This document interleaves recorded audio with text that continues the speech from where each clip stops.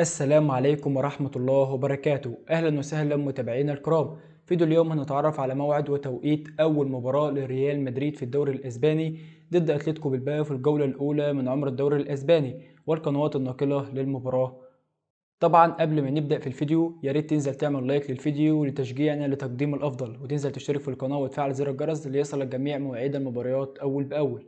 وتبدأ مباراة ريال مدريد ضد أتلتيكو بالباو في الجولة الأولى من عمر الدوري الأسباني يوم السبت الموافق 12/8/2023، وتبدأ المباراة في تمام الساعة 10:30 مساء بتوقيت مصر وليبيا والسودان، والساعة 11:30 مساء بتوقيت السعودية وقطر ولبنان واليمن والأردن والبحرين وفلسطين وسوريا والكويت والعراق، والساعة 12:30 مساء بتوقيت الإمارات وسلطنة عمان، والساعة 9:30 مساء بتوقيت الجزائر والمغرب وتونس.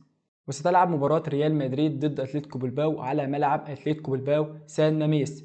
وعن القناة الناقلة لمباراة ريال مدريد وأتلتيكو بالباو هي بين سبورت بريمير HD 1 وبين 4K. ما تنساش طبعا تكتب لنا توقعاتك للمباراة في التعليقات. وبكده يا جماعة تعرفنا مع بعضينا على موعد مباراة ريال مدريد وأتلتيكو بالباو. يا ريت يا جماعة لو عجبكم الفيديو ما تنساش تعمل لايك وتشترك في القناة وتفعل زر الجرس علشان يوصلكم جميع مواعيد المباريات أول بأول. يا ريت يا جماعة تقدروا تعبنا وتعملوا لايك للفيديو.